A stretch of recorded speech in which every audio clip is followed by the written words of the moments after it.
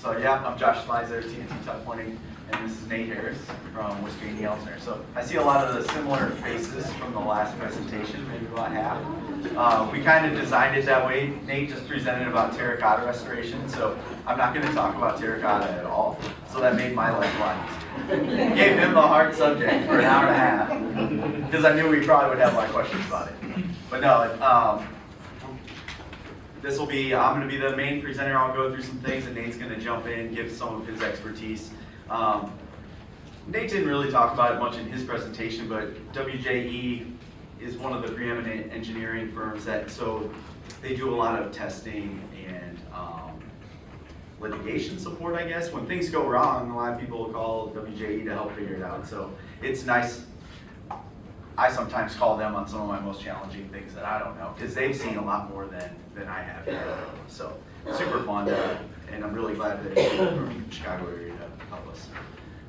But take it easy on me. I haven't done a presentation for 20 years, and I'm a contractor. So the bar's pretty low. It's down here. Contractor. I can read and write, so I mean that's like. Hey. Yeah. Low bar there. All right, so we'll start off again with an easy slide. This is eligible for continuing AIA credits. Yeah, there's a sign-in sheet that goes around. If you need credits, make sure you sign that. All right, before we get started, I just kind of want to get a feel for it. What's everybody's experience? Has anybody in here been involved in a historic masonry restoration project? I see a lot of architects. Okay, like what's a feel for the room? Architects and engineers? Okay, okay. Consultants, maybe preservation consultants, SHPO type, yeah, right? Perfect. And what then, local county building owners, anybody? Okay. Did I miss anybody else? Yes, I'm a representative of a business doing business as the Charles Theater in Charles City, Iowa. We're close to Des Moines. Go to the History Center. If they haven't changed it, there's a movie palace exhibit on the Art Deco Golden Age and before. You'll see a small scale replica of what is almost in my hand, taken by a representative of that company. Cool. And Main Street Directory. Oh yeah, so there you go. Thank you. And Appreciate it. archaeology. So first off, thanks for everything you guys do. So. Any other contractors? Oh yeah. Oh, you contract? I didn't even think that. Perfect. Archaeology. There's two of us. Find your allies. Yeah, find your allies right away. He's sitting by the door though. It gets too rough. Yeah. And the fire alarm. Right? Nah, it should be good. So, but yeah, thanks. Honestly, it's always nice to see a bunch of people like us that really enjoy and love preservation work. So, and a couple architects I've worked with in the past. So, there's some slides in here. And I just found out that some people that help write grants on some of the projects we were part of. So that's great to see. So yeah, I guess with that we'll jump right into it. So the overarching theme of my presentation is do's and don'ts of masonry restoration, but I'm not really going to focus much on the don'ts. As you guys walk around in your everyday life, you see a lot of the poor repairs, unfortunately, right? We're all stuck with those, these bad attempts. So I'm going to try to focus on the positive, and so we're going to talk about, what are the better ways to do things. Because it's easier to point out the flaws. It's really kind of tougher to even say, here's how you maybe should be doing it. But, find the root cause. Yeah. So for us, we think a successful building restoration honors the history of the building, uses compatible materials, and it's passing forward the building for future uses while still honoring its past. But this only really happens if the team is aligned. So we think having a successful team is critical to a good, successful project. So this is kind of why I wanted to gauge who's in the room, just talk about who it's built for. It's basically anybody, that's interested in preserving our built heritage. Owners, architects, consultants, public officials, community, and advocates. So through this lens, as we talk about different slides, we'll try to think about the different perspectives as we go.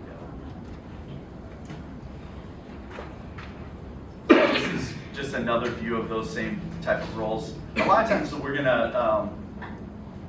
I'm just gonna skip over this slide here. I'm gonna skip over this slide and get to it in two more. We'll talk about it a little bit more.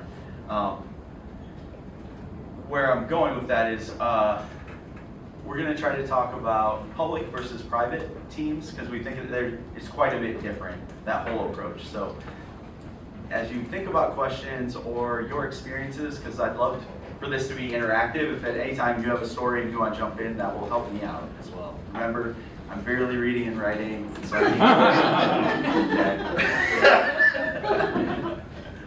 So I'm going to move on for 1 second, and we're going to talk about, since we're talking about project team, I'm going to talk about a project we were just recently a part of with Pete Franks. He's over in the room over here. He's on, now he just became part of the presentation. So this was a project for the city of Iowa City, and it was a publicly bid job, and we won a preservation award for it. It's an example of if you have the right team, sometimes your team members are going to go a little bit above and beyond. So this was an example where it was a little challenging for us. Pete probably remembers this. We run into this. This is what, like 3 years ago, 2 years ago, somewhere around that. And we're working for the city of Iowa City. Projects about $600,000 under budget. So you're thinking, oh, we're in great shape. You know, we're gonna get into this. Anything you run into, they've got a pool of funding available. For the most part, everything went really smoothly. We were going really well. And then we ran into just a condition of like, gosh, instead of mortaring some of these coping joints, we should probably change them to caulking so that water can't get into it. And it was a small change, really, but our city funding officials were under political pressure of just, hey, there's a spending cut, we can't spend anything, it's a free. Even though your project's way under budget, we can't afford this $30,000 change. Crazy to me. And Pete and I were both in the same situation, and we even had this conversation. He's like, well, we both know we have to do this, because at the end of the day, 10 years from now, when there's water problems that happens, people aren't going to remember who at the city said no. They're going to remember who's the contractor, who's the architect. So this kind of falls into just having the right team members that are willing to, sometimes you take a loss on this. And so we both were like, we want to take care of this. At the end of the day, we just stepped up and ate the cost and moved on.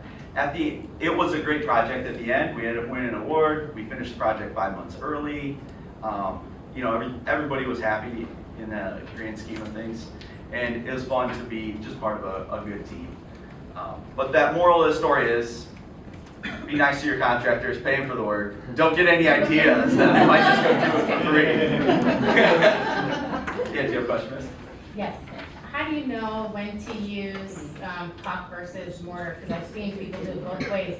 Yep. And I want to make sure we're advising them to do it the right way. Yeah. Trying to fix something. Yeah, so really, the big Nate's, I'm looking at Nate like, I am here. No, so we want to use mortar wherever we can because it's it has longer longevity, it's compatible with the masonry. But if water is going to sit there on a water table or skyward facing joints, those are where we want caulking.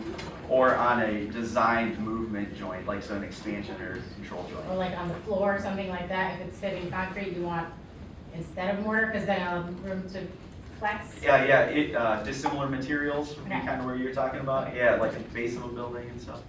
Yeah, I think the two things you mentioned were water resistance and movement capability. And so an expansion joint or a soft joint, a horizontal expansion joint for a masonry building, you want sealant there so it can actually move with what you're expecting to move. The sealant on the copings and water tables and anything that's upward facing is always recommended because the mortar is going to absorb moisture that sits, and sealant is your best opportunity to get it to run off the way it was properly designed. Yep, perfect. And sealant has a much shorter life cycle, so you don't really does a great job, you're gonna have to maintain it, and like, especially in a public bid environment, that just doesn't happen. So I like to throw out that quick little win. Remember, it's the nice guy here. We kind of ate that. I'm always building this report. Okay. But this was kind of fun. I'm using AI to help me figure out. So you people preservation in the room are like, these numbers are probably wrong, but it's what AI said, so it's got to be right. But Iowa's historic inventory, we do have 2,000 plus listings. Does that sound appropriate? Okay. But that's, I stepped away from that. I'm like, I think there's a lot more, and it makes more sense. So that's over 15,000 individual buildings. So that would be your downtowns, where it's a collection of buildings, districts, and things like that. So we have 99 different counties, and I got differing numbers here. That's why I put 27 and 29 landmarks. Do you know how many? No, but Okay. there's been some new ones, so it's probably 29. Oh, okay. Perfect. That's great to see. So yeah, you guys are doing great work on, protecting our built heritage here. And then next slide is really just about the reality of what we're dealing with here in Iowa. We do have a lot of freeze-thaw cycles, which is the enemy of masonry, right? Water and freeze-thaw damage. But I always say I like being in Iowa because it keeps me in business. I mean, I think about moving down south. I'm like, yeah, winter's nice, but there is no winter to give me work. So There is, the other part of that is, that doesn't mean it's automatically going to be a problem. Right. Right? Maintenance is the best way to actually get ahead of freeze-thaw cycles, because there's a reason why there should be damage from that. It's because there's too much moisture getting in the first place. yeah, right. That's a good point. So you're doing good. Right. You're doing good work. There we go. Yeah, we keep the water out. That's a big thing. Oh yeah, another question? Yeah. Another question. Should we be sealing our mortar joints, or anything to help with that? Yeah, like so for the most part you don't need it. That's kind of what Nate's over there shaking his head. No. So Right. there's breathable water repellents, there's silanes and siloxanes. It's a whole different chemistry thing. But If it's properly pointed, it should not Should be require. fine. Right. Okay. and yeah, so we'll work with some designers as we don't necessarily see too much downside, but it's a whole lot of more maintenance. Mhm. Okay. But I definitely see people thinking that if they just put a water repellent on, then they don't have to do the repointing and stuff. It doesn't work that way. It doesn't bridge cracks. Right. And it's just one more thing to maintain, so. So yeah, so we're gonna, in order to have a successful project, we're gonna work on building the right team. So trying to think about this in two different ways. In a public project, when I say public project, we're getting funding from the public space. So typically we're gonna be living in a low bid environment rules. So timing is constrained by the funding source or procurement rules. Sometimes you'll have that where, hey, we gotta get this money done by June 30th or we lose our funding. So there's some time constraints that are there. Low bid environment it says often required, but I would say almost always. By the owner especially. Yeah.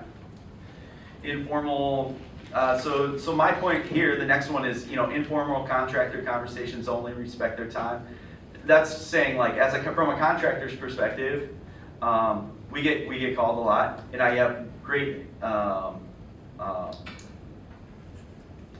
do I say, I have great relationships with a lot of architects and engineers and the building owners, and we're willing to give our time for that. Just completely good, but on a public environment, just make sure you respect their time, because at the end of the day,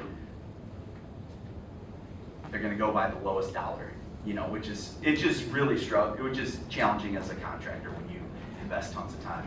Yeah. And furthermore, on a public project, if you come in and do the right thing, give some free advice, you're disqualified or you're potentially disqualified, or somebody could protest that you had insider information on a Right. public bid project. Yeah, that's a good point too. Yeah, we've been in a scenario where we've intentionally not included contractors for investigation support, knowing that. I was gonna actually ask you about that an hour Yeah, ago. it's difficult because I'd really like to work with somebody during the investigation that I have trust in, that's gonna benefit the investigation, but I don't want to put them in a Right. position where they do that work and then the big ticket comes and they're excluded from the bidding process. If they went to the, say, CBA in Des Moines to look at a bridge, the intention of Dean Snyder making it, since they investigated, would they be automatically eliminated, they above or what direction from the low bidding process? Probably not, but depends on the entity. There Probably are not, but circumstances. in a better environment where should they be excluded? No. I mean, Okay. I don't think so. Even if they didn't have insider information, they'd be included, There's but, no such thing, though, really, as insider information. And whatever we have in the bid documents as well, designers, inside that bridge is inside information. Not doing a good job of documenting the conditions that you Yeah, I know guess we about. would not be doing a proper job of communicating that information because we want the right contractor to get the job, whether it's the one that helped us or whether it's somebody else. And so that information needs to be communicated properly. Yeah, any questions, sir? Unless the law has been changed, it's not the lowest contractor in public, it's the lowest qualified Yeah. contractor. And qualified is really an important thing when it comes to like this topic of masonry. Yeah, Doesn't mean every mason knows how to restore or rehab a brick wall. yep, yeah, and you've got a good point. That's kind of one of the things I want to get into in these next slides is try to think about, Good. it is, yeah. I just kind of want to point out some of the challenges, public versus private, what you can and can't do. I've got some upcoming slides here. Well, a project I do with Scott and me at RDG at Des Moines City Hall is an example of another public project where it can succeed. Private projects, you got a lot more flexibility, and so here the discussion I wanted to have is, try to put together your team early on. So when you know you've got problems, start thinking about bringing on your architect or engineer and a contractor. Your contractors are going to be far more available and willing to help on the front end on a private project because they know they're going to at least get a fair shake and have a tighter selection criteria where you may not necessarily, you may include multiple bidders, but you're going to consider, things like reputation and quality and schedule in addition to price. So. Right, and I think vice versa. Some of the best projects I've had have been design build with a contractor. And part of that reason is the historic projects are always the ones where we run into unforeseen conditions. Yep. Things come up, and there's expertise that they have on the construction side, on access, stuff like that, budgeting that can be really valuable for us to have up front. And so that's really hard to do public side. I've had one project that was a public project at a courthouse in Georgia that it was required to be design build, and they set it up where an architect, AEs teamed up with a restoration contractor. That was the bidding process, and it was phenomenal. And we came in way over budget, way under schedule, but it was because the team was really good. We could trust each other. In a private situation, I push this as much as I can, and sometimes it works, and sometimes an owner says, no, I need competitive bids. This is the way it's going to be. And that just increases the time. But if it's a good team up front, I feel very confident that we can lean on each other to get to the right solution quicker and probably less expensive. If the owner has a limited amount of resources, we have people in here that can help pool it. They have to prioritize for their ROI so that the community's ROI isn't a vacant lot. Yeah, it's been here lately. It's been pretty nice over the last year. We had a couple private projects where we weren't low, and we were already pre-selected. There was just a couple contractors, and still went with us. And those projects have went really well because there were teams of people that already knew preservation work, and they knew what kinds of things might pop up, and we knew that as a contractor. So we weren't trying to nickel and dime for every little thing because we already had an expectation of what might pop up, right? And we baked some of those into our numbers. I don't know exactly what happened with the other people, but it was nice in a private environment where they can make that assessment and know, like, hey, this is going to be a good fit. These people will go above and beyond. I was just going to ask, for entities that can't do design build, public entities especially, that typically use performance specs to try to navigate some of that. Do you have any suggestions or thoughts about how you've been able to use that? And order to come closer to the success you've had with design build? Yeah, I mean, I would say something similar to what Josh was talking about, qualifications and pre-qualifications. We've had some projects where we've actually gone through a formal pre-qualifications process to establish a group of bidders. That's been successful because we can get that to a place where we know what we're dealing with. Otherwise, it's qualifications for, experience, submit projects, all the standard stuff that we might have in a spec to make sure that we have the right fit for the project. That works most of the time. I've had certain, one of the projects I talked about, if anybody was here during the terracotta presentation before, was a public bid, and it was, we had 25 bidders that came, which was terrifying. Fortunately, they almost all disqualified themselves by filling out the bid form wrong or doing certain things. We ended up with a great contractor. And they're thinking they're going to open these bids on camera, and it's going to be that guy with a pickup truck and a ladder and a hammer, and we're going to be in trouble. So that's the success I've had was making sure that we have good, detailed qualification information in the spec, and making sure that for the specialized projects we have, it is the kind of stuff that somebody that's unqualified isn't going to want to even take a hack at, because they see what the specialized nature of the project is, and they know that they're going to be in trouble. And I think one of the other things, which is good practice anyways, is to have, if you have a mandatory pre-bid, is that it's just one more hurdle, make sure everybody's hearing the exact same thing. And it's good on setting the whole project expectations, because the owner and the consultant and the contractors are all in there hearing the exact same thing. And if there's one certain part of the project that you as the specifier wants to really draw attention to, you can hammer it. Hey, we're going to be tough on you in this spot. We've got water leaks. You make sure you're following this detail on the through-all flashing or whatever it is. That can be where you are communicating it early on, and it's going to make sure that your contractors might be a little bit more scared, right, if they're not qualified.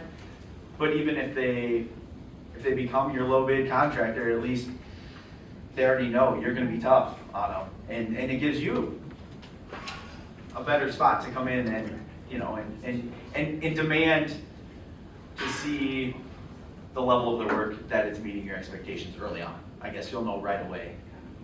So I've seen that a bunch of times. So I'm the one at the pre-bids are like, hey, this is really hard mortar. Are you sure? Maybe that's a bad example, but I'm really trying to get a feel for if there's people I don't know in the room, because we do get this in our space.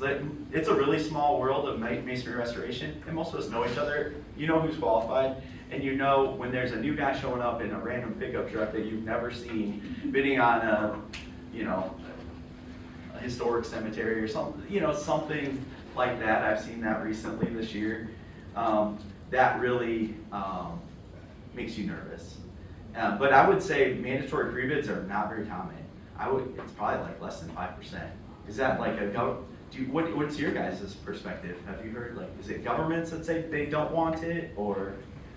I was gonna ask if they're allowed, are cities allowed to do pre-qualification or pre-bid? Yeah, I don't know So- about the Yeah. mandatory side. Absolutely. Okay. And you will find, even if they're not mandatory, the good contractors will be there. Yeah. And there's The ones that you worry about that weren't there.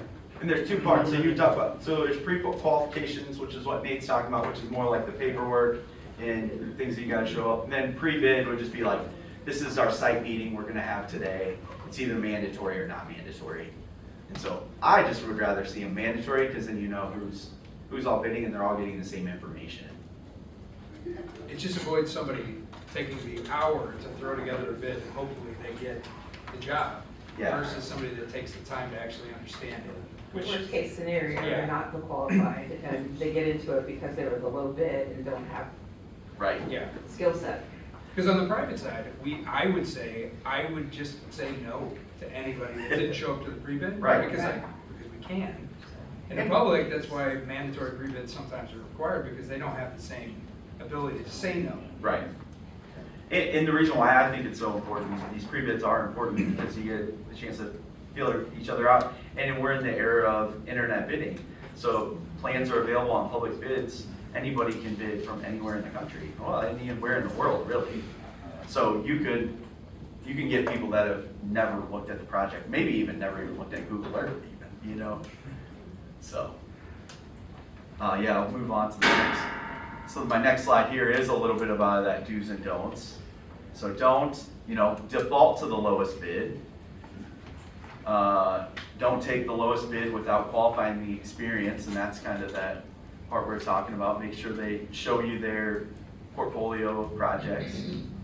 And you will have some, there'll be some, everybody started sometime, right? I know my first historic restoration, I had to kind of fight, it was 16 years ago or whatever, but I had to fight to get into that spec and say, hey, our business, we've been around, I'm second generation, I worked for my dad, we just never did historic projects. So I had to say, hey, I don't have a book of business because somebody has to be the first, and somebody has to be the second, third, fourth, because you're gonna typically require, maybe 5 successful projects. Now that I'm established, I want you to enforce that 5. No new competitors. But you know what I mean. You'll take it with a grain of salt. And one thing that you will see is this is in a spec a lot, is that being a masonry contractor does not qualify you specifically to be a restoration contractor, because they are completely different skills. So there will be a lot of, what will happen is the economy gets slow, and guys that do commercial bricklaying will then get into this space to try to keep things going, and then don't necessarily perform, and then they get out of it once the economy picks back up. So that's what you don't want to have, okay? Just be careful there. Or they work around the school schedule because they're busy from May until August trying to get all the K-12 stuff done before the first day of school. Yeah. And then they're dead in the water for 6 months. Right, yeah, that happens too. A few other things I got on here, don't skip the mock-up, it's cheap insurance. And this is kind of hit or miss. If you already have the relationship and you already know, you might be able to do the mock-up early on in the project right away. But if you haven't worked with anybody, I would definitely push, hey, let's get this mock-up in. I want to approve the mock-up before you start the construction.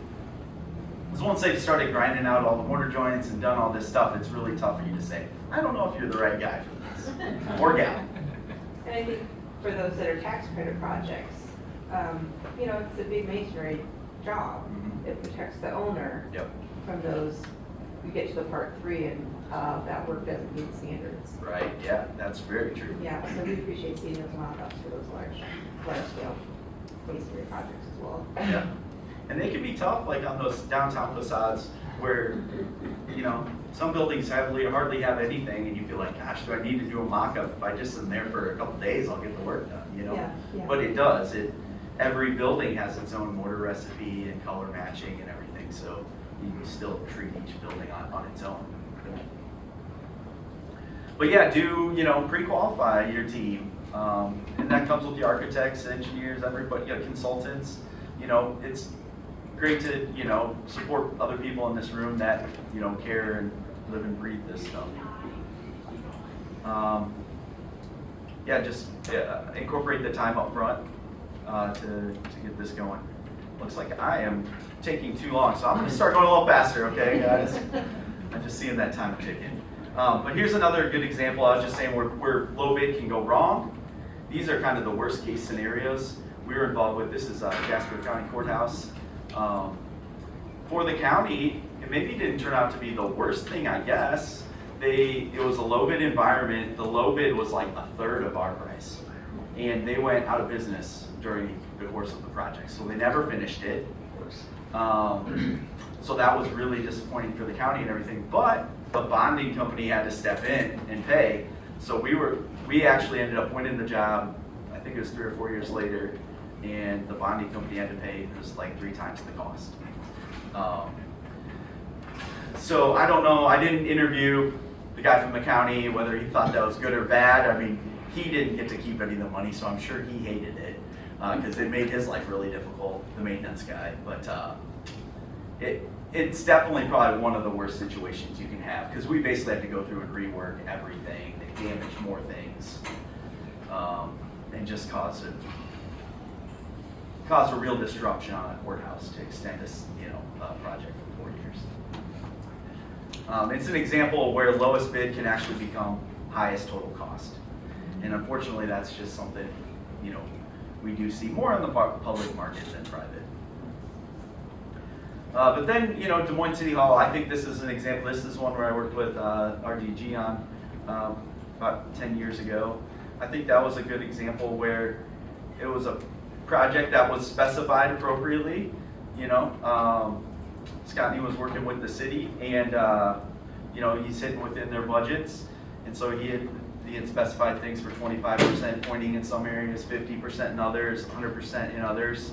And then when we got on site, after we did some cleaning, then you'd actually look at it and be like, you know what, in this 25% area, it is worse. If there's funding available, maybe we could move up to 100%.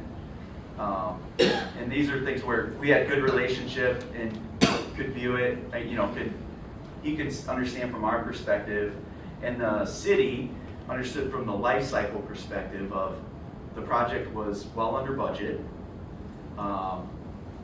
We were making good headway in project schedule, and we identified this very early on. So it's not like we were coming into it later on. We gave it to the city and the architect to decide, is this something you want to do? If not, we'll just keep proceeding as it is.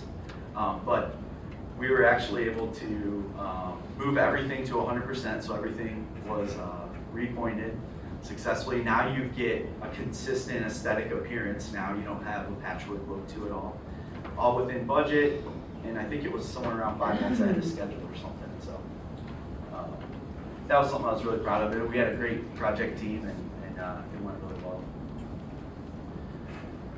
Next I'm going to talk about, this is actually probably my favorite project I've ever been a part of. It's we're wrapping it up now. It's Brigham and Mary Ann Young home. So Brigham Young from the Mormons, the Church of Jesus Christ of Latter-day Saints. I didn't know this. It's 2 hours from my house, but Nauvoo, Illinois, actually is a very significant place for the Latter-day Saints. So at that point, Joseph Smith, their prophet, dies, and Brigham Young then becomes the leader of the church. And from Nauvoo is where he leads them out to Utah. So you get the Mormon Trail. So this was super fun. This is a job where we were, the whole story about this is that it starts 2 years before, right? So the owner, they really have a lot of foresight, and they want, this is a very significant project to them. So they start thinking ahead early on. So 2 years out, the owner pre-qualified a short list of contractors. So they have a masonry consultant out of Utah. He starts getting feelers for, hey, who might be qualified for this? So there was us and another contractor that were pre-qualified. And then we had on-site meetings with people. I have a funny story about that as so this is over 2 years ago. I have my daughter in the back, she's 15 now, but I have triplet boys. And so at this time, they're only 10 years old. And I think I'm just meeting a local architect and everybody. I didn't know this was like a feeling out session. Literally, I'm just like, hey, do you want to can you meet down in Nauvoo? I really didn't know anything about this. So I bring them, and I'm just trying to introduce them, like, showing them buildings and stuff. So I meet, the owner's rep is from Utah, the architect is from Utah, there's 3 preservation people, and then another on-site person. And we go through the scope and everything, and we're going through the house, and then I go up the stairs, and there's, it's actually the teacups and everything that were from Brigham Young's house in 1840s, and my kids, I'm up, and it's off limits to the public. This area's off limits to the public. So it's even more funny. So it's just me and the architect going up there, and he's trying to show me cracks, and so I have my sons with me, and they're over there like grabbing the teacups. So nothing was broken, but the architect was like, no, I don't know about that, son. So So there's funny stories that come from it. So at the end of it, even after that debacle, we did still end up getting, they liked us and we're gonna end up awarding us the work eventually. But the next step was, so we had that first consultation. The next step was, then they decided they wanted to hire us to help with the budgeting. So I thought this was really nice. Prioritizing. Yeah, so now they're like, okay, here's our plan. So they gave us very preliminary plans. They definitely, the plans I gave them a budget on are not what they constructed. So they gave me a budget plans, we bid that, they pay us for that, which is great because no one ever pays for budgeting. And then we go to, now it's like 9 more months. And then now they're ready to construct and they actually give us a set of plans. And that's where we had to bid against the other contractor again. But in that environment, these plans were totally different. They felt we had a better grasp of the project. So this is an example in private world where you can make that decision. And in the public realm, it might be a little tough. But so this is pretty cool. So what you're seeing in this first picture here,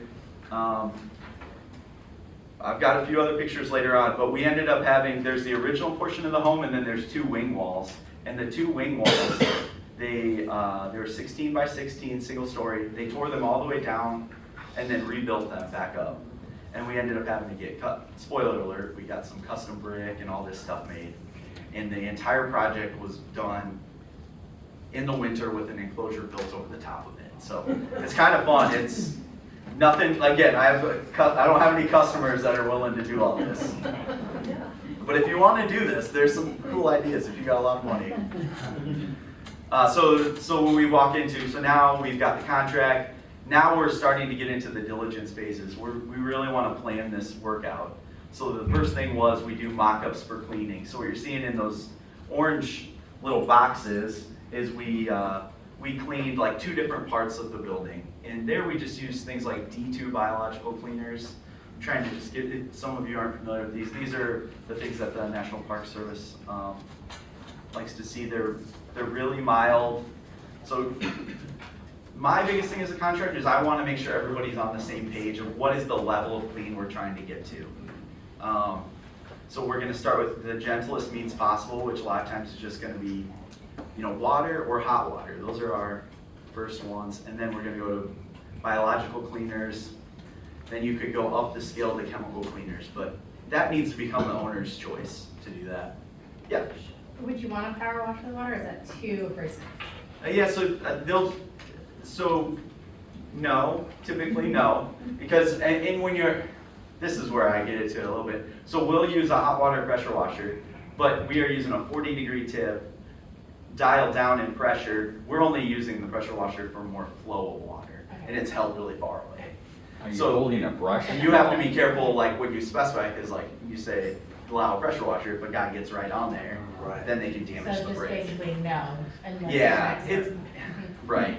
I don't know. I'm not specifying how to actually say that. Like, normally it's like, hey, we'll do the mock-up. Here's what I'm doing. So even on this, when we did our samples, when the preservation folks saw us come in with the pressure washer, they're like, what is going on? I'm like, hang out with me. Let me show you what we're going to do.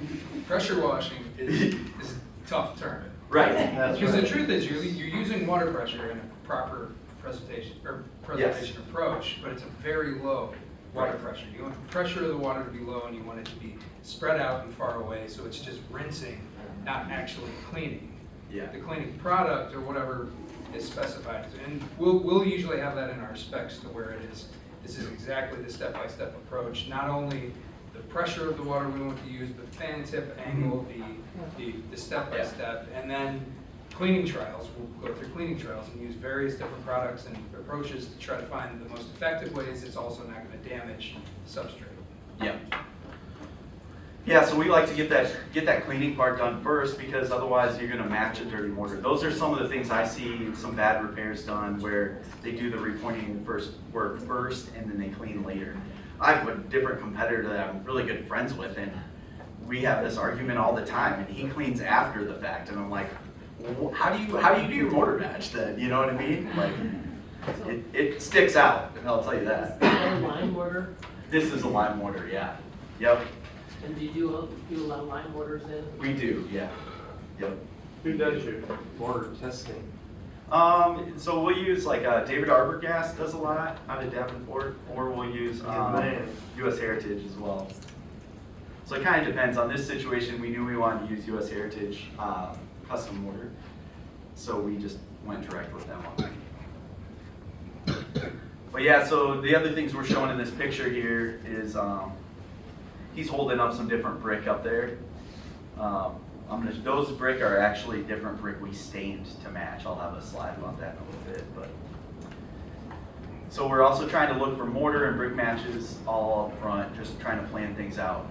On this project, they actually did custom brick. I've never had anybody do it, so it was a learning experience. It was about 11 times the cost. So if you think that you want to specify custom brick, they better have a budget for it. And it was a long lead time. Who was the manufacturer? This one we did, it was Old Carolina.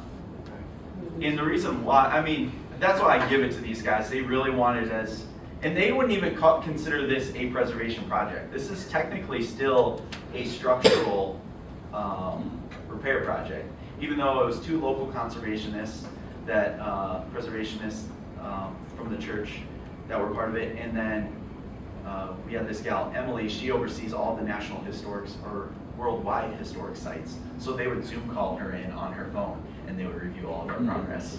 And she came in a couple times during it. So this is the level when they aren't even considering it a full-blown preservation project. So I'd be really interested to see what that looks like. But when I say custom brick, they were wanting, there's mostly these oranges and reds. We were able to identify we could get there with a blend of two of the brick they make. Like one, they were, I can't remember the names of them. But there was two different blends, and we did 60% of one and 40% of the other. But we did different lengths. Because remember, this is the 1840s, they're making the brick on site, and they're just, they're not thinking about, how the coursing works or anything. So the ongoing theme we used of this project was we wanted it perfectly imperfect, because that is exactly what we had to hit. Is if you took a new mason and put them on this to rebuild these wing walls, they're going to make every head joint line up, and they're going to do all this, and that would destroy the character of the building. These were built by settlers, right? And they were building them quickly. So that was cool. They made custom handmade brick. The last part of that was we did selectively stain brick. So as we were trying to identify all these options, we do this process called Masonry cosmetics. I'll show a couple slides later.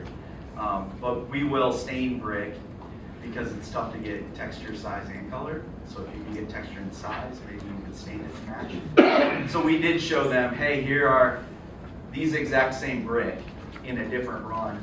Here's how we could get to those browns using the same brick. At the end of the day, they said no, we just wanted to make custom brick. But we did stain like 10 brick, and it was more like clinkers. I'll show you some examples of what those look like. And here's another fun thing. So when we started the project, right, we don't have these custom brick because now they take 9 months, I think it was, to get made. But now winter was coming, so we get we do the tuck pointing of the main house, so the center portion of the house. That part got 100% repointing, and then the two wings, like the wing that you see a bunch of brick missing out of it, that wing gets torn all the way down. So what we're showing here in that picture is when we needed individual brick replacements on the main house, we had to steal from the section that we were going to be demoing. So we would have to go and salvage brick out of the wall here to go put them in the main wall, and then later on we were going to take it all down. So it worked out pretty well. This was the coolest thing. I've never seen this. So we literally built a building around a building. That's what it is. So in that bottom corner, it is a metal structure, and this is happening in August. So this, I'm learning at this point what their expectations are. They want to work all winter. They want to get this done, and I'm trying to help them. And general contractors says he's already got a scaffold guy on site, and I'm trying to make sure that he designs the scaffold like how we can use it over the winter. So I'm like, let me meet with your scaffold guy. So we all meet, and then I'm talking to him, I'm like, what's your you know, how are you gonna keep this thing watertight? They wanna take the roof off. That's what the one picture is. They take the roof off the original house in the middle of winter, you know, all winter long, no roof on it. I'm like, what's your game plan? Like, you need to know, like, I don't think you understand. And they're like, oh yeah, we're gonna use poly and we're gonna do all this. I'm like, do you know what their expectation is? There cannot be any leaks. So I kind of reframe that, go back to the general, like, you know, I don't know. You can use who you want, it's your project, but if you want, I can bring in another contractor I knew from Chicago. So I brought in Design Equipment. It just a guy I had known. He used to be my swing stage rep, and then he started this scaffold company. So I brought him in, and he showed me this, and I'm like, I think they would like that. So we're also scaffold directors as well. So we worked hand in hand with them. I let them design it and everything, and it was designed for snow loads off the river, wind loads off the river and everything. And so that was pretty cool. I mean, to just really think, like, how many clients are willing to build a building over a building? So, and I should say the time frame for that was, I tried talking them out of even doing it, because I said, you know, here it's October, we work fast. So I'm like, I can probably have those wing walls down and back up at the end of November if you want it that way. And they're like, no, we're really worried about this. Go ahead. So we had to wait and build the scaffold first. So how did you deal with the lighting inside of there to match colors? Yeah, so like, because we did the main tuck pointing first, and we already did all our mortar matching, we were already all set up for it, you know, set up for success, so we were just waiting for the scaffold to go up and the brick to come in. So, I mean, at the end of it, you know, when you get into restoration, there's ways you can tweak color a little bit, like washing, like, you know, the times you tool it, the humidity. There's so many things that factor into mortar color that there was ways we tweaked it with our washing at the end, but it did come out pretty seamless. So I'll show a few more here. So yeah, so this is undercover. Now we're starting to tear the walls down. Because this is a restoration project that, you know, this group is talking about restoring almost all these buildings in the settlement over the next 20 years. So they're pretty conscious, they've got a plan for this. So they wanted to salvage all these brick, clean them up for reuse on other projects. So now you're using custom brick because they're doing 2 full-blown wings, but out of that now they're gonna get salvage brick they can use that they know match the other buildings. So there was a process for it. And I'd say what we are actually, the 2 walls that we're tearing down and rebuilding are actually recreations. They rebuilt them in the 60s. So we're kind of redoing some work there. You're gonna point out there, you're gonna see some weird things. So that rebar sticking out, this is not normal for historic restorations. So they end up doing something kind of similar. But they do an outer course of brick and an inner course of brick, and then a grouted center. So it becomes like a mass wall masonry we'll talk about later. Here's the brick cleaning we did. So we have, we're the only ones in the US right now that have this Bracco brick cleaning machine. So my daughter Madison in the back, her and a couple of high school kids are cleaning 30,000 brick this summer. But it does come in handy in situations like this where they were talking about, that's why we invested in it, is we knew they wanted to restore a bunch of buildings. So how careful, I mean, on demo when you have, so you don't damage.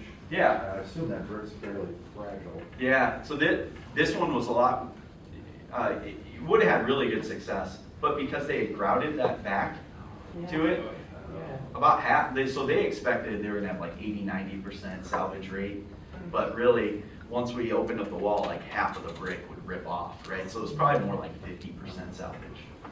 But because it was lime mortar, it was pretty easy to get off, except for the grout. But that was cool. So we had like one guy cleaning bricks for like 3 weeks. Here's another picture of it. But here's where, because it wasn't a true preservation project in their mind, they were willing to cross some lines a little bit, where, you know, it's not necessarily a pure preservation project. So instead of building headers where they would turn the brick, they redid this grouting method. But now that instead of using regular rebar, they went to a fiberglass rebar. So they modified it a little bit. And then we used, I don't know if we're going to be able to see it very well, but these are, they're stainless steel spiral ties is actually what we use for a wall tie. So we just laid it across the different whites of brick. And so that's actually how we tied the wall together. So visibly from the outside, you won't see headers or anything like that. Those are the wall ties. And we use that approach a lot, using the stainless steel spiral ties on multi-white walls where we're doing headers. And then here's an example. So this is like as of a week ago. So the building hasn't reopened, but things are going really well. They're really happy with it. I think we've got 2 stone left we have to set. So that shorter wall is a rebuild, and it blends in pretty seamlessly. But if you looked at their coursing, this is the stuff that's hard for a bricklayer is to try to keep it off bond, because you have to match this. And so how we recreated that was because my bricklayer, the guys that are bricklayers on my crew were really mad about this. I mean, they're just like, what do you want me to do? Because I came in there the second day and I'm like, guys, you gotta mix this up more. Like, you gotta have a plan for it. Like if you just think you're gonna lay, you're gonna fall into the same habits. So what I ended up doing was blowing up big photos of what the original walls look like. And I'm like, you need to intentionally plan out the next 5 courses, right? Dry lay it out and let them do it. So it worked out really well. Love you. Yeah. So I'm like, if you want to work in this nice fancy enclosure all winter, then you gotta take some downside. Yeah. So it went good though. So now we'll kind of get into talking a little bit about some of the things mentioned there. Mass wall. So when we're talking about historic masonry, most of the stuff we're going to be dealing with in the 1800s, all that kind of stuff is mass wall. Then eventually it switches over to cavity wall. And I've already queued Nate up that I'm going to have him tell me, what do you think? So there is a transition period and there's a long, we briefly talked about this, there isn't really a hard cutover date, right, when it switches? No, I mean, I think probably somewhere in the vicinity of post-war construction. I think the push towards more efficient economical means. Mass wall was pretty standard through early 1900s. Modern drainage cavity wall is significantly different, but there is a huge middle ground where we refer to it as a transitional wall. And so that's kind of the combination of you're going with the mass masonry approach, but you want to promote drainage coming through the wall and getting weaved out, but they didn't figure it all out. And so there's still a lot of situations where there are walls that have a drainage cavity, but there are porous absorptive materials in the backup. And so the water gets through and then it goes all the way to the interior. Or they may have flashings that are like a copper impregnated, fabric flashing that might be good for protecting the steel temporarily, but it's not necessarily going to allow the water to weep out. So a lot of the problems that we've had with some of those buildings are the 1940s through more conventional modern type wall systems. Yeah. So, and I know you mentioned that's a lot of what you guys were into too. Yeah, yep. My son bought that house. Most of us have. Yeah, so by mass walls, you're going to be able to tell a lot of times by the depth of the wall, especially at the lower the building. Like I know I see it down in no, that was the previous session. There were some people from Davenport, which is my area, and I've seen like buildings that are 7 widths of brick thick down in the lower levels, and then eventually it goes up to 5. As they were using less steel and more masonry, so that's more mass wall type construction. But yeah, cavity wall is pretty much all new. I mean, I don't see much mass wall like ever anymore, right? It's pretty much gone away. Yeah. Too expensive labor-wise, I guess. Yeah. So yeah, good to understand those different systems because your approaches are totally different. Oh, and I will just back up 1 second and say, yeah, that cavity wall is meant to, it's gonna take on water, but the key is that the flashings get it back out. And so when we see a lot of not historic preservation work, but regular restoration jobs, a lot of it are because of failing flashings, like or end dams or just punctures in the flashing things. And in mass masonry, we gotta just make sure we keep the wall as watertight as we can, but we know it absorbs and it breathes and it's much more, I love it because it's a much more durable system, right? I like seeing all these old buildings like around for hundreds of years when you see some of the newer ones failing pretty quickly.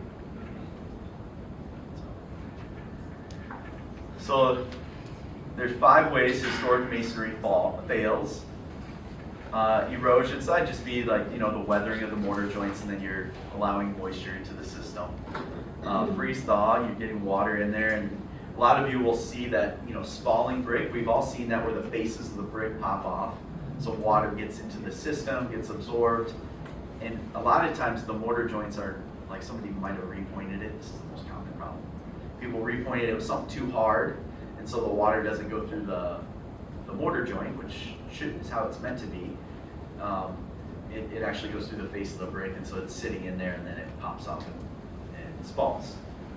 Impermeable. Am I saying that right, Nate?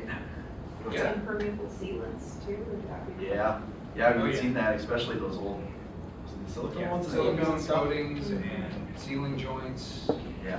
with sealing mortar joints with sealant. It's anything that entraps moisture in the wall is likely going to lead to freeze thaw problems. Yep. You got a question? Is there a way you can guarantee that if you're making a repair, the mortar is soft enough? Is there something you want to do to make sure your contractor is using the right? Hire Josh. Yeah, loading. Yeah, back and forth to you You to can him refer to to. the tables in preservation brief too. Yeah, you'll know, so we'll talk about like a mortar analysis later, but that doesn't always mean that it was specified right the first time, so that's a little bit of a loaded question, because we do see sometimes too hard of a mortar is specified to begin with, but for the most part, you're gonna see type O mortar, and so that's what most of your restoration masons are gonna see, but that's gonna be a warning sign for you when like a bricklayer, somebody that isn't as common, they're not even gonna know what type O mortar is. It's definitely not gonna know about, lime mortars. They're gonna know about type S. If they say type S, you know it's the wrong mortar. Okay, if they say they want to use type S on brick, it's wrong. Unless it's concrete. Right? Yeah. You gotta get it one time. Or the mason mix from Menards. Right. Yeah. But some other failure ways are salt crystallization. So this is similar to, we see efflorescence, which is the salts that sit on the surface. That necessarily isn't bad, right? That's like the symptom of a cough. Correct me anytime I'm wrong. I always say it because people always think that is the problem, but it's like you're going to the doctor and that's your cough, right? That's just showing that you're getting water in the system somewhere, and as it's drying out, the water's going through and then the salts are depositing on the surface.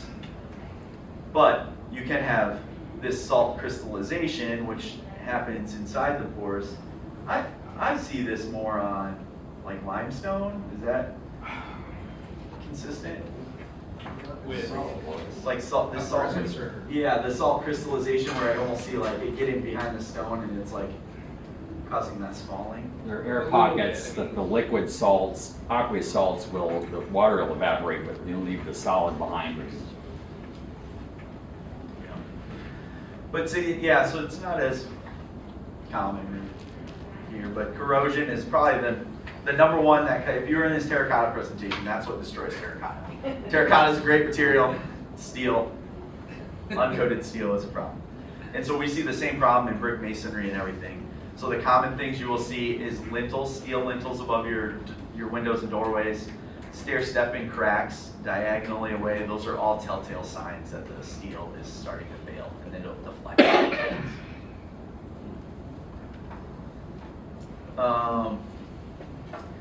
Another thing, this is just where we're talking about in that mass masonry wall. typically your tie courses between the multiple whites. Whites are just layers of brick. Between the multiple layers of brick are typically tie courses, which are going to be a header course that the brick is turned sideways, so it spans, you know, the outer white and the inner white. It's going to be turned sideways, and that's what's physically tying those two together. Don't always assume that those are intact. So we've encountered that a little bit. Nate is going to give us a case. He's going to talk about that Railton case. He's going to go through that. And But sometimes you see the wall is starting to bow. yeah, because from the outside, you're just like, oh, well, it's got all those header courses. That's where the ties are. Sometimes we will find like this, the ties have snapped, like there's been differential movement between the inside and the outside. There's been some school projects where we've opened up the wall and like, oh my gosh, this entire building has no ties, this whole section, and that's really scary. Except for those cast iron stars on the outside. Yeah, those will be, yeah, for some bulging, sometimes you'll see those. So yeah, I'm gonna not steal Nate's thunder, he'll talk about that one a little bit. And I'm gonna catch up with some speed here. Mortar analysis, this is gonna get to your point a little bit. You know, when do you need to do it? How much should you spend on it? When should you skip it? We talked about we've got some different resources here in Iowa. I would say David Arborgast does like probably most of them, right? Do you think? So we use him quite a bit, and then we use US Heritage as well. I like their reports as well. I use theirs because I like seeing they give me like a nice sand gradation chart. I did bring some physical things so I could talk about. So if I were going to do a mortar analysis, this is what these guys are going to want, is you're going to want to give them as big a chunks as you can. A lot of times you can only get little tiny chunks, but give them as much as you can. When you're picking the mortar sample, because I don't know, it seems like half and half. Sometimes it's already done. On public projects, it's already done most of the time. Scotty, do you guys do it? Like the architects do it, or who? Early on, who does it? We'll hire that out. Yeah. Okay, so like David or somebody, like they come out and actually take them. Yeah. Okay. So he's going to take this sample, and the method that we see most commonly is this acid digestion method, or you guys call it a chemical test. And so basically they're going to take that and use acid and just, they weigh it before, they use the acid, it eats away all the binder, the lime, and then they weigh it at the end, and then they run it through a sieve like this. So this is just different gratings, sizes, all the way through. You just dump it in at the top, and then it runs all the way through here. And then they give us a chart of how it all works, and then they give us a physical sample of the sand. So my employees make fun of me all the time because I have like a sand library. Like, other people collect baseball cards or whatever, I really collect sand. This one. Yeah. So like originally when I first got into this, I was like, I got my first mortar analysis and I got this bag of sand. I'm like, what am I supposed to do with this? Now that I do it all the time, I'm like, okay, I get it, because It's important. most of your color is going to come from your sand, actually. So I didn't think about that until you really go into it. And texture. Sand and texture, right? Correct. Yeah. So mortar matching. So it's an art, you know. So it really is not. That's why, like, historic people that are really into this Have bags of sand. have bags of sand. Yeah. Bunch of nerds. Have bags of sand, but like, you know, these are the extra steps that it takes to get a good match, right? Is you're looking at the sand gradation pattern. So like what he's talking about, this is, I would say, is a pretty fine sand. This is more like a mason sand. I could get, you know, bagged mason sand and mix this with lime, and I know I'm probably going to be pretty close to the I regular think color. that's one of the hardest things to get people to Yeah. understand, is that that's a very critical part in Yeah. that one match. Yeah. You got a question, man? It's interesting, Scott, you say David will take the samples himself. He doesn't do that for us, so we'll take them and mail them. But for those of us collecting samples, do you have advice on how to do that to get a good sample without causing too much damage to the brick facade itself? Yeah, so it's kind of a pain right? I mean, it Sure, just is. yeah. And for me as a contractor, I like to be the one taking it, or I'm worried about like where it got taken from, because I've gotten it where the sample, I get the results, and I'm like, there's no way. It's a patch. Yeah, this is a repair. Yeah, Yeah. you gave me a repointing. Or It's if an you, original. or if you get past the first half inch, you'll find the original mortar Yeah. behind it. It's always better to try to find a spot where it's already kind of bad. Yep. And then an easy way is like, tools you would have would be just a flathead screwdriver is Yeah. what I use. Yeah. And then just smack it, try to get a big chunk as you can. Usually tack it, is that? Yeah, yeah. But I want a big chunk. Just different words that Yeah. maybe. Right, don't damage anything. Sometimes it's soft enough, my screwdriver can just kind of scoop the But the mortar out. To your point, like taking a mortar sample from a lime mortar is very easy, but a modern mortar is hard, like a type N or type O or S, or definitely S, they're gonna be hard. One thing David can do is, you mentioned the scratch coat, or I'm not sure what the Yeah, like the outer layer, structural the piece, and then repointing. there's the finish. Yep.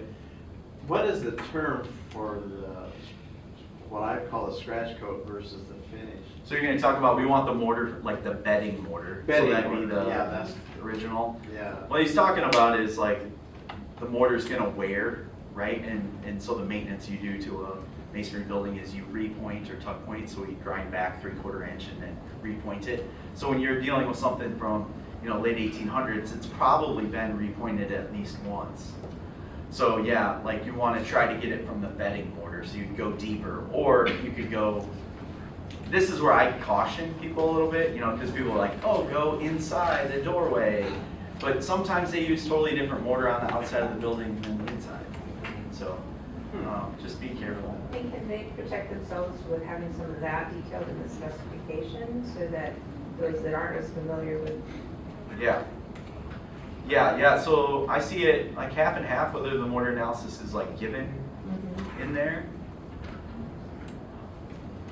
or if it's like specified for the contractor to take it Maybe later. those municipalities, others that only approach this once. Yes, right. How do they protect themselves? Right. Yeah, I think it's probably best to just get your architect involved early on.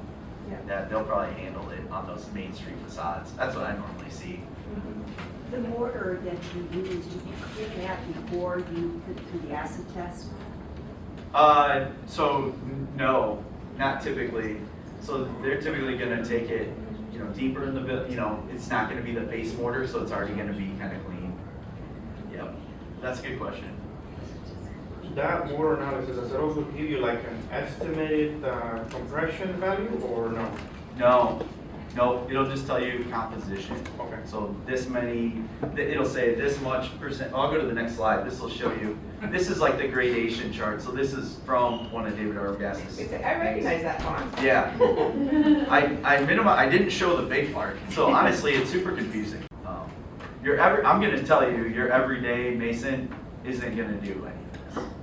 Like, they just aren't. I mean, I don't know how you protect yourself from doing it other than being tough in getting a good mock-up. Yeah. And it is a lot of trial and error. On a lot of the projects we do, like with Scotty, we did this seawall up in Clear Lake, and it's big joints. So the bigger the joint, the bigger you have to have aggregate. So we would go back and we would like sift through all of our different sand. We'd get concrete sand and we'd only sift out the big pieces. Then we would add it to our mason sand, and then we would compare, does this color work? And that aggregate mix can really change the overall character and color. Yeah, because if you think about it, it's like you're walking around, you see like the different sands, you see like darker, like garnet type pebbles. All those things affect the visual finish of your joints. So more than anything, color. Mortar matching is really about sand and texture, I find. Color is not that big of a deal because masons on those really older buildings weren't adding a whole lot of color. There isn't that much many buildings with color. So yeah, so the mortar analysis is a really big part. One thing we were going to talk about was like, sometimes you might use petrographic. Yeah, we have petrographers in our lab that oftentimes will take that as sort of the first step, and then we'll actually take the sections of mortar, cut them into thin sections so they can get it under the microscope. And they can sometimes determine things like, is there Portland cement present?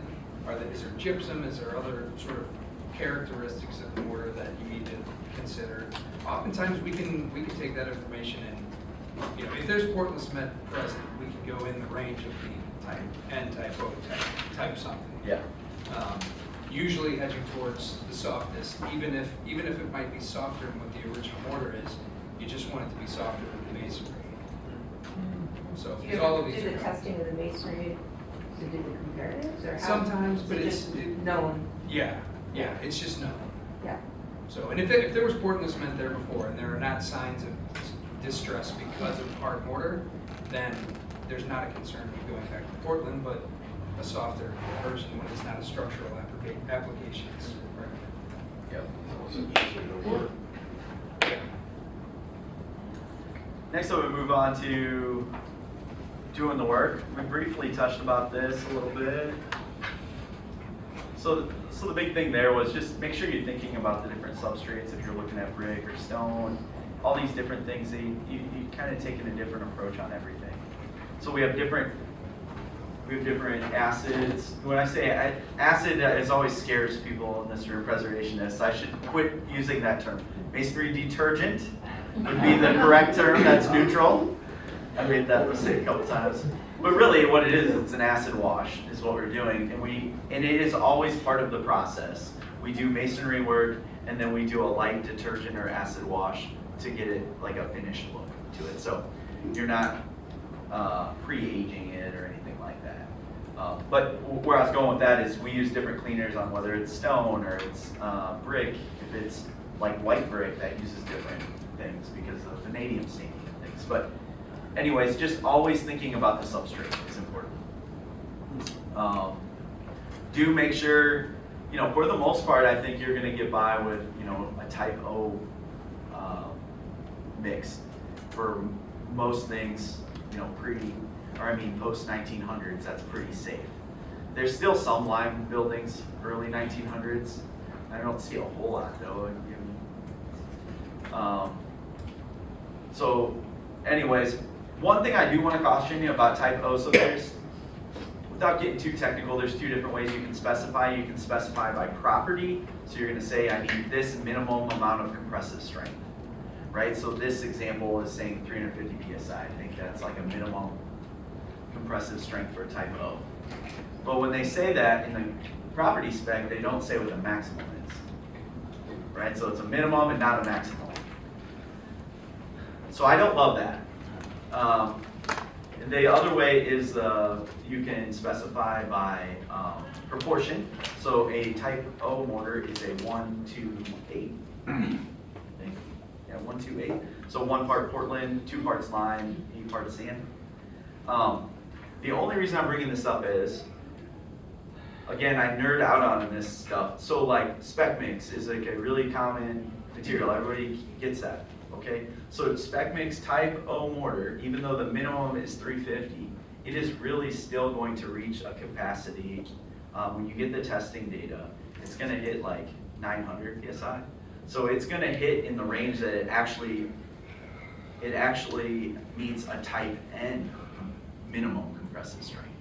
It's how much stronger they are. So most of the time it is completely fine, but you have to be careful, like really be conscious. And so this is why a lot of times, if it's borderline, if it's a really soft brick, we'll just, instead of even going to an O, even if we could, and the reason why a contractor would want to go O is because it's cheaper and it's an easier finish. It's easy, it's available to us.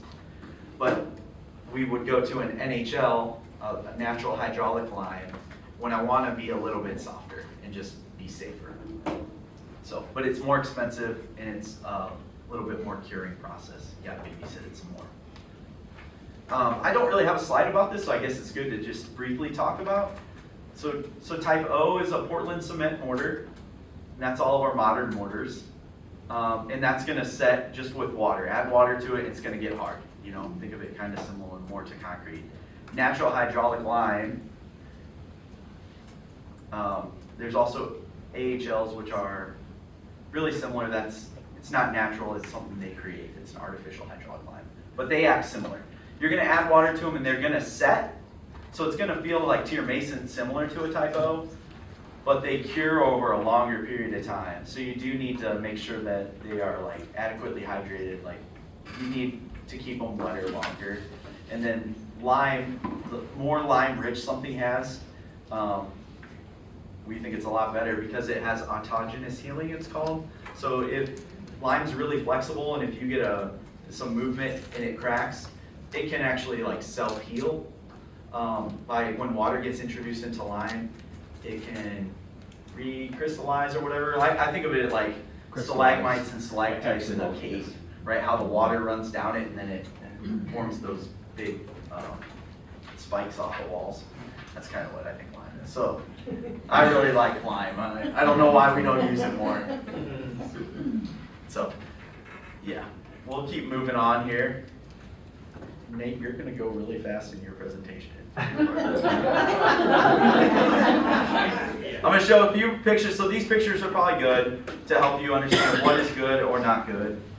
So in the don't, what I'm trying to show you there, you don't see it very well, but about halfway in the middle, what you'll end up seeing is these guys, and this is like their finished work. This company's no longer in business, but they were in business for 30 years. So just because somebody's been in business for 30 years doesn't mean anything. So they were probably only an eighth of an inch away from the face of that joint. So you really want somebody, you need to grind it back 2 times to 2.5 times the joint width. So back 3/4 inch. So that is the key to having a good, successful repointing project. We will see it far too often where somebody, it's already recessed and they just go over the top of it. And that stuff fails within 5 years. And the problem is, like, a building owner isn't going to know, right? It looks the same. It's just not going to perform as well. So that's really a problem for us. But do point out the picture I have there with all the center cut method. I wish I could zoom in better there, but on these historic projects, the method here is, so these are pictures from Brigham Young House. We take a really small blade and you just run down the middle of the joint. And what you're doing is you're trying to create space for that mortar to be able to come out easier. So you're running a center cut down there, and then we use a tool called an Arbortech, so it's more like oscillating blade, kind of like a caulking cutter, and then it kind of goes and like vibrates along. And that's a really good way on really soft old brick without damaging. So that's how we did all of Brigham Young House. With the gal watching us on the Zoom calls and everybody, all the eyes, so you know. Now I know we can add that to our. Yeah. Remember, I was 200,000 more than the other guy. But it was. So that's an option. So you won't see that very often. But the other way, so center cut method, you will see specified a lot. But another way, like a lot of our architects that we work with, if you have confidence in your contractor, you don't necessarily have to, not this example, this is one that's really important. This kind of building where it's modern and all this stuff, you could use regular grinders and just be careful with regular blades. And so what you could specify is make the contractor do a mock-up. So we did have a historic project that was not allowing any mechanical movement. They wanted all hand chiseling. It's a DNR project here, and I did convince them to let us do this mock-up. And so we demonstrated we weren't going to damage the masonry, and then they approved us to go that way. So that's another option for you. It's always easier, I guess you can be more lenient later, you know, you want to be strict up front. So. Oh, and that's the mortar color. That's probably the biggest takeaway of this whole slide. Is in that bottom corner is that matched mortar color and aggregate. So what you see there is there's actually 4 different samples. You may not know it, but the upper right corner and the lower right corner are the same mortar. It's 2 different finishing techniques. So one ends up a little lighter, a little darker. And on the left side, there's, my left, the white ones. Those are the same as well. There's a top and a bottom. So we think they were pretty good examples of how to match. So we ended up going with the bottom right one. Can I ask what that caulking cutter thing you said was? Oh, it's called an arbor tech. Arbortech? Yeah, yeah. Somebody decided to caulk a bunch of my brick. Oh, yeah. Oh, yeah, so that's the special tool, but a caulking cutter, yeah, it'd be like a multi-master, if they're called, and then you get a caulk cutting blade to get it out. Yeah. All right, we'll keep going. Spot tuck pointing, we talked a little bit about, a lot of times you're gonna do it because the right time to do spot pointing is if it's, less than 25% or less than the building, and you just want to hit some bad areas. A lot of times it's gonna be localized, like maybe down at the base of the building or by like a downspout or something, Those are good spots for spot tuck pointing. But if you're at like 40% or 50% of the wall, just do it all because it's not gonna cost you much more. And then now, like probably almost nothing, honestly. And now you no longer have a patchwork because that's the risk with spot tuck pointing. You do 10% now, 5 years from now, you do another 10%. And most of the matchings here, that's what Exactly. we've seen the results of, is, Yeah. they match to the bed border, and now the color is not the same 30 years later of pollution and everything else. So Right. those areas that they didn't touch, still not matched. Right. Yeah, to me, I think it takes away the aesthetic look of the building even worse. So be careful, I guess, is my point there. Brick matching, talked about, it's pretty hard. Custom brick is probably not going to be an option for most projects. Another option, so we run into, in older buildings, you're going to run into 8-inch size brick, 8 1/4, 8 1/2. Those are harder to find. They really don't make 8 1/2s or 8 1/4s anymore. But an option might be you can get a Norman size, which is almost 12 inches long. It's 11 5/8, and you can cut those down if you can get those. So that's an option. But I'm going to tell you another one here because honestly, what's happening is ever since COVID, we're seeing more consolidation in the brick industry. Brick companies are buying up. They're buying up other brick plants, and then they're closing down brick plants, and then they're making that same brick somewhere else. So now they may call it Shenandoah here at this plant. Now they close that down, and maybe they'll make that same brick out of Ohio, but the clay is different, so the color doesn't match. So you're going to start running into that, and you got to be a little bit more careful about that. Like, well, 10 years ago on this project, I used the Shenandoah. It's not the same. And I'd say that because staining is becoming an option, and becoming more of a need.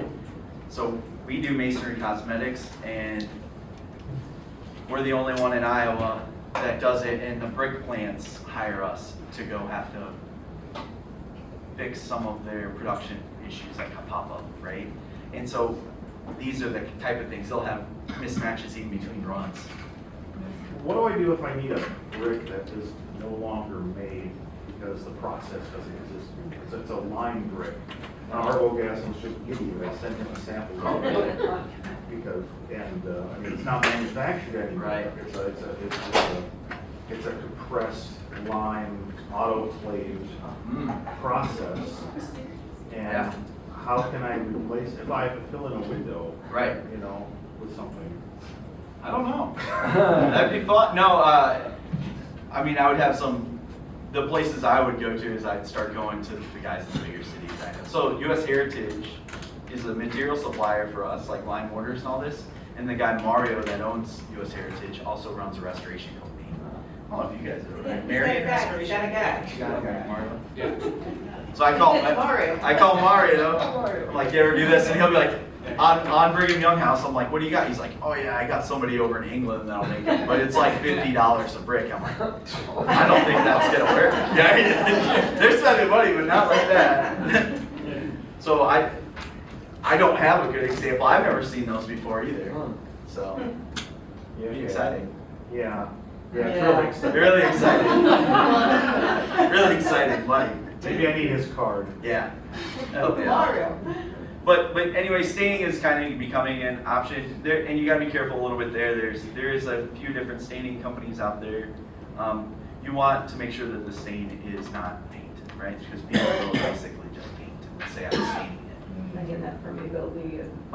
This would be an example here. So this is like the stain that we use is Masonry Cosmetics, and it's an absorptive stain. And so it's really, it's tedious. So like, it's really tedious. So it's only like our two most experienced people that do the color and brick matches, like me and my cousin Jason. He's the third generation, I'm second. And we're the ones that do all the mortar and brick matches, and we're the ones that have to do the staining because it is an art to it.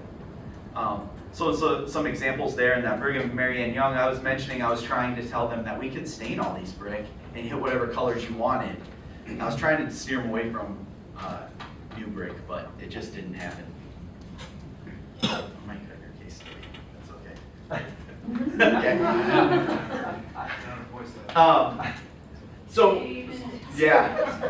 So we'll go quick.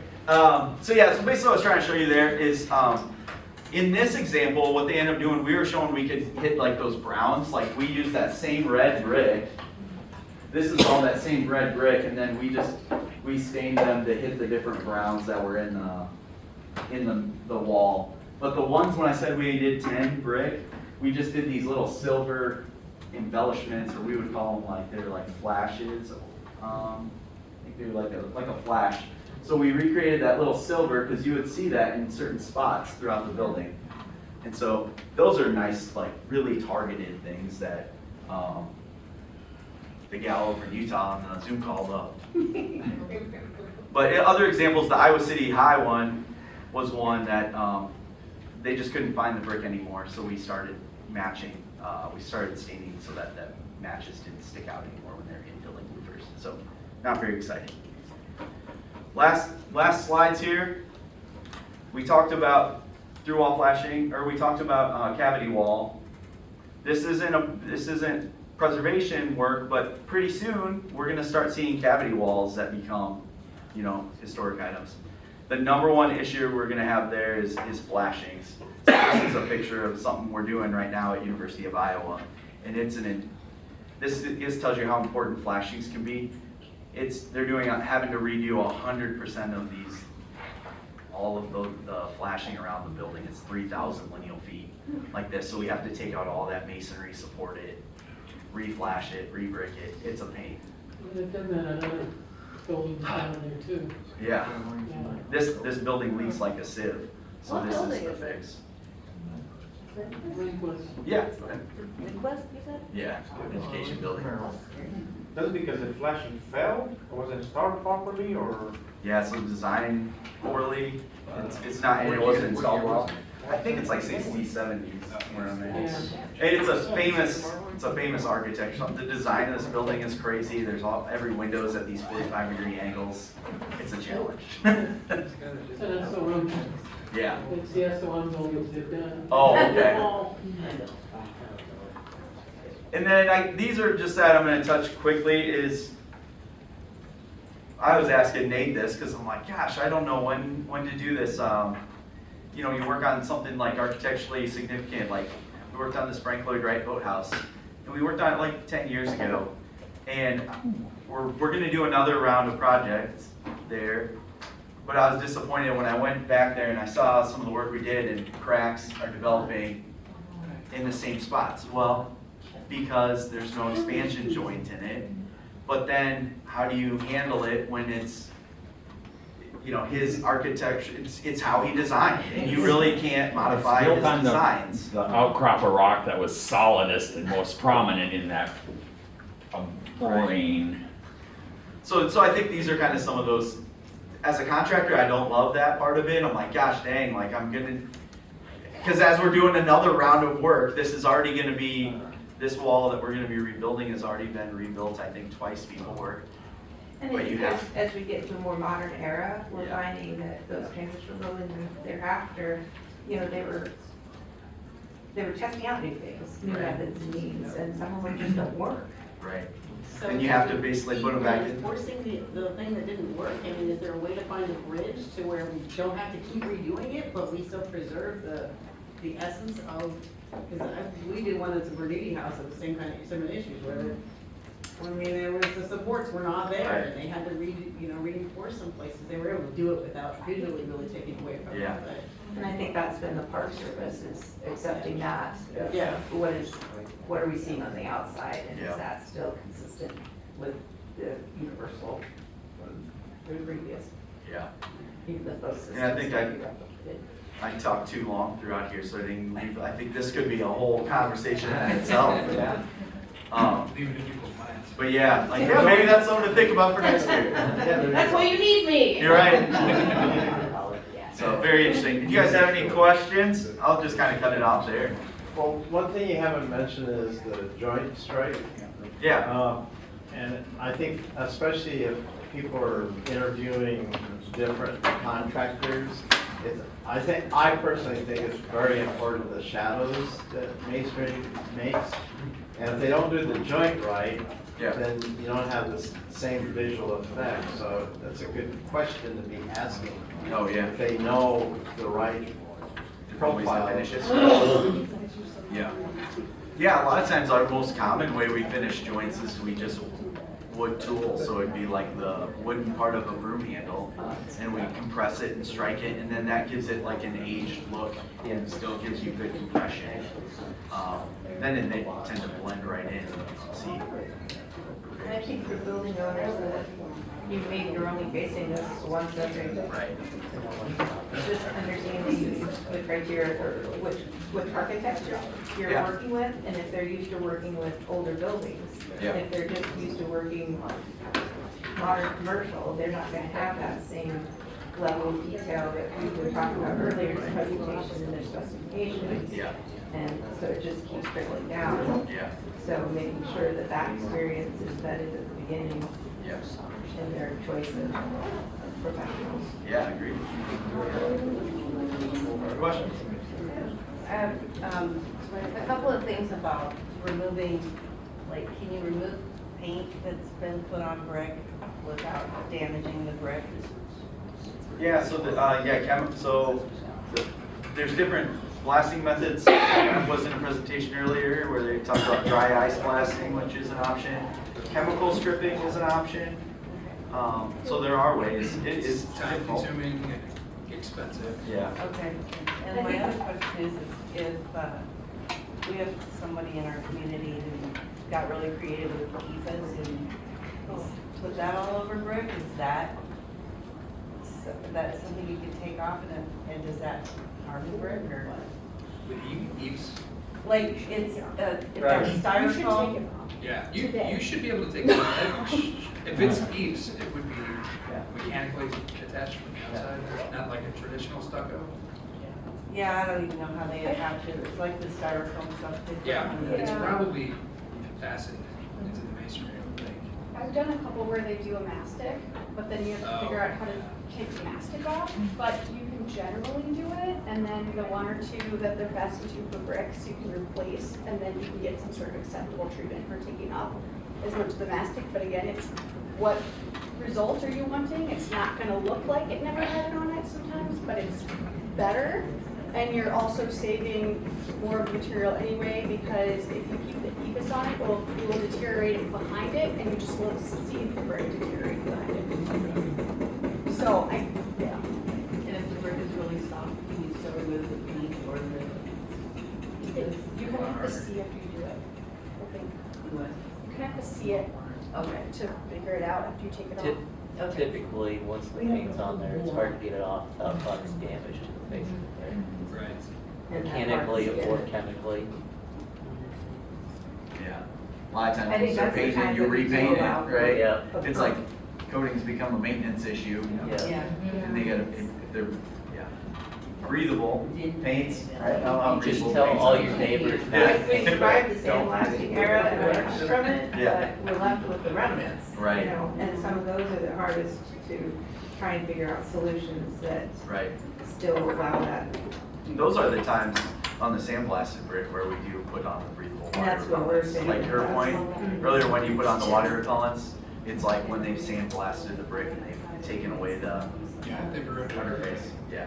You're like, well, what else am I doing to harm You're to it? holding it at current state deterioration. Yeah. Yeah. Any other questions? Yeah? Number one, do you work all over in Iowa? Yep. Okay, good. And do you do smaller jobs, or does it have to be a certain scope? We do just commercial, we do commercial, we just Okay, don't do commercial. residential. Okay, no residential. But everything else, yep. That's good. So yeah, we do 2,000, 2 million. Perfect. And then, as far as painting, brick, and masonry, whatever, is it good practice or bad practice to do it if a homeowner wants to do it? Pretty To bad, protect yeah. their brick. Everybody wants to do it already. It's already been done. If it's been Then done, it's- Then it's too late, but. then it's like, yeah, then it's kind of. But you don't you're stuck recommend with doing it, right? No. Some homeowners say, oh, well, should I keep it together by painting it? I think, It's not only not recommended, you will be actively causing harm to the brick facade. Okay, so it's the opposite. Okay, so the brick is Does that matter if it's old brick or new brick or? you know? Any brick, Any brick. because Okay. it's a porous material all that that- needs to breathe. Yeah, yeah. yeah. The only one that is a little bit different is split face block. You get that? Basically, split face block needs, CMU block needs to have something because those things they leak like a sieve.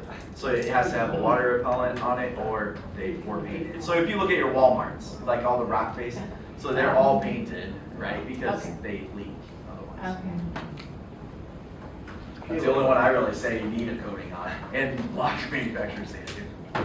Thank you guys so much. Yeah, thank you. Great. Come on.